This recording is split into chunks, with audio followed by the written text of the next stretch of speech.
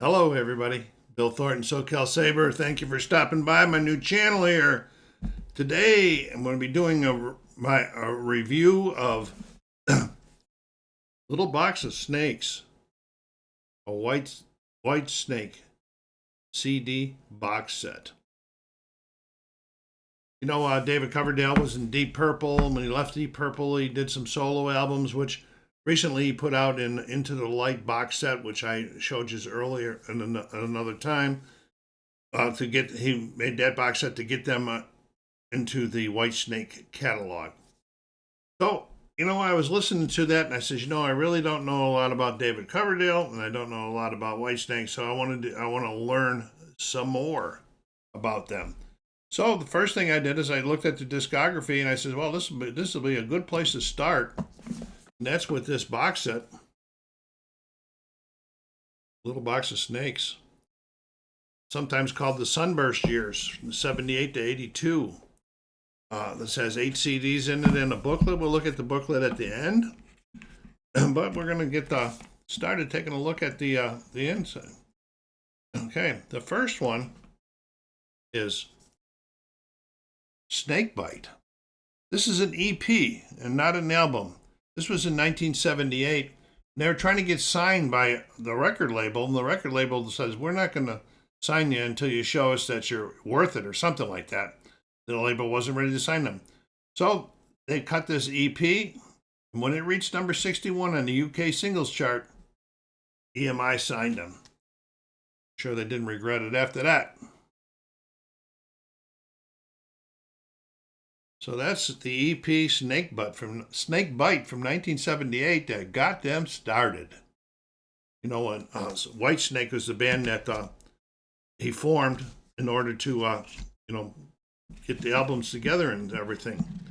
So then the very first album that he came out was also in 1978, and it was the first official album, Trouble.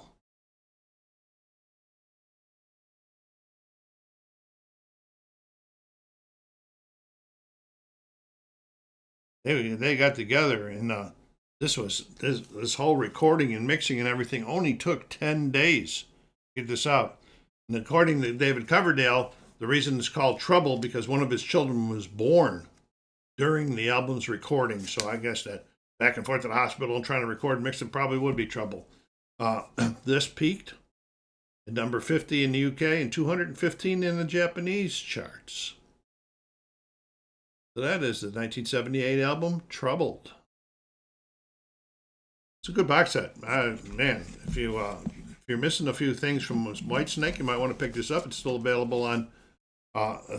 First, it was only a UK release, and I don't know when it became available in the US, but it is on Amazon. Okay, the next one we got is a 1980 album. This is called Live at Hammersmith. You might say that this was by the number of tracks on it, this was probably could have been classified as an EP. This was recorded in the final show of the tour for Trouble. And it was an originally released live in Japan to appease the Japanese promoters who allegedly refused to book WhiteSnake without some sort of kind of live recording to show them how well they do in front of audiences and so forth like that. Yeah, they did it. They got then signed. I really like the extended version of Mistreated, which was a Deep Purple cover, and it peaked at number 5 in the UK and number 146 on the Billboard Top 200 chart.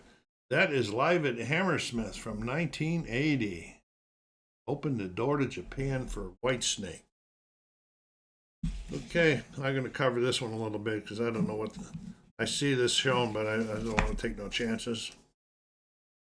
Okay, the next album is Love Hunter, 1979. This was the second studio album by the British band WhiteSnake. The cover created some controversy. This was the band's first UK top 30 album, charting at number 29 on the UK albums chart.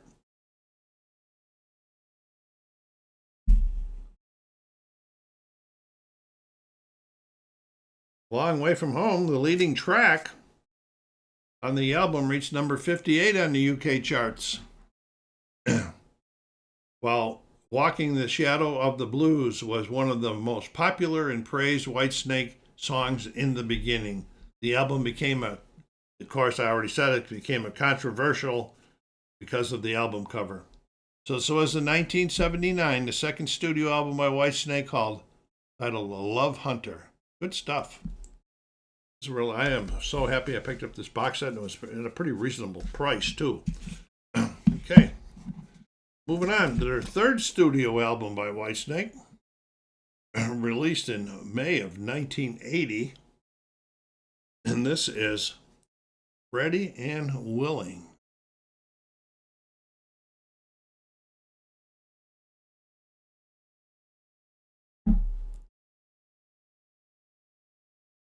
Was the group's first album to feature drummer Ian Pace, a former bandmate of singer David Coverdale, and keyboardist John Lord in Deep Purple.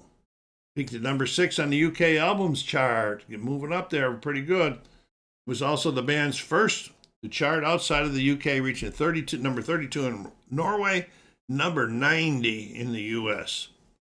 The album featured two of the band's UK single hits from that year, For Your Loving, which reached number 13 on the charts, and the title track, Ready and Willing, made number 43 in the same year. For Your Loving, let's see, what is it? Peaked at number 53 in the Billboard's Hot 100. The song would later be re-recorded for the Slip of the Tongue album. The track Blind Man, initially from David Coverdale's first solo album, Whitesnake, was re-recorded for this album. This was the third album, 1980, Ready and Willing. Still got more stuff to go here. I didn't show you the back of this box, too. I got to remember to show you that, too.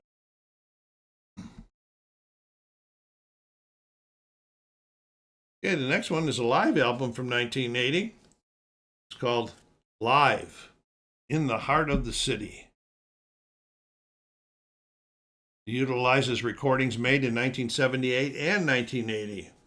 The album charted at number 5 on the UK albums chart with platinum certification. It reached 146 on the Billboard 200. Got 1, 2, 3, 4, 5. Got 9 tracks on it, so it's a full album. So this was In the Heart of the City from 1980 by Whitesnake. Okay, next album. They're cranking it up somewhat in this one here, folks. They're cranking it up to get some hard rock and blues rock. This is Come and Get It from 1981. It's peaked at number 2 on the UK albums chart. It contains successful singles like Don't Break My Heart Again, which was not top 20 hit in the UK. Come and Get It is considered one of Whitesnake's classic early albums, showcasing their transition from blues rock to a more polished hard rock sound that would culminate in their late 80s commercial successes. The band with this album here first embarked on a promotional supporting tour on April of 81. The act headlined Billy Squier, headlined Judas Priest, also Iron Maiden and Foghat. So other groups were starting to see the popularity of Whitesnake at that time and saying, come open for us, which they did. That really helped add to their popularity in the world. So there it is from 1980. Did I say 80? 81. Oh, it's 80. No, 81. Come and Get It. Okay. Here's the last album for this box set.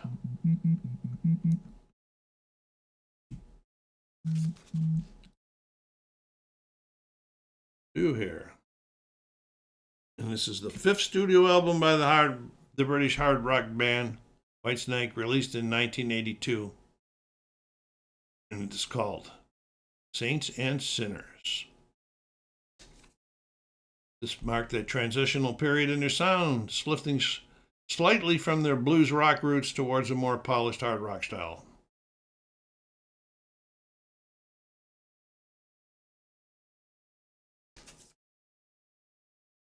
Single Here I Go Again, released in 82, charted at number 34, but did not chart any of the singles charts in the US. Here I Go and Crying in the Rain were re-recorded and became massive hits in 1987. The original versions are found here, are more bluesy and laid back. I like this one. I really like everything I've heard in there, but I really did like their bluesy stuff. Before we get to the book, let me not forget to show you the back of this CD box.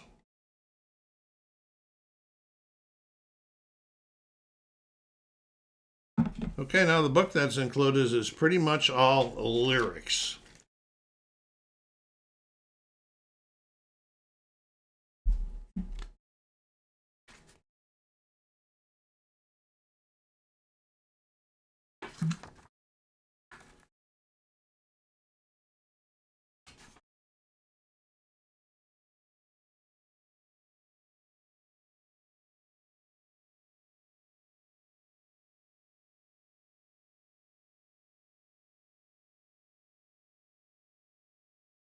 All right.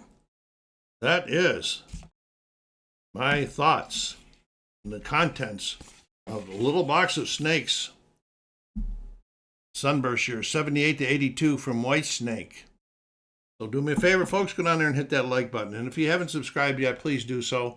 Help the channel grow some more. Let's get to make it a good channel now, get it away from all the other stuff that's detracting from it. The SoCal Saber saying, take care of yourselves out there. Be kind to each other and stay safe.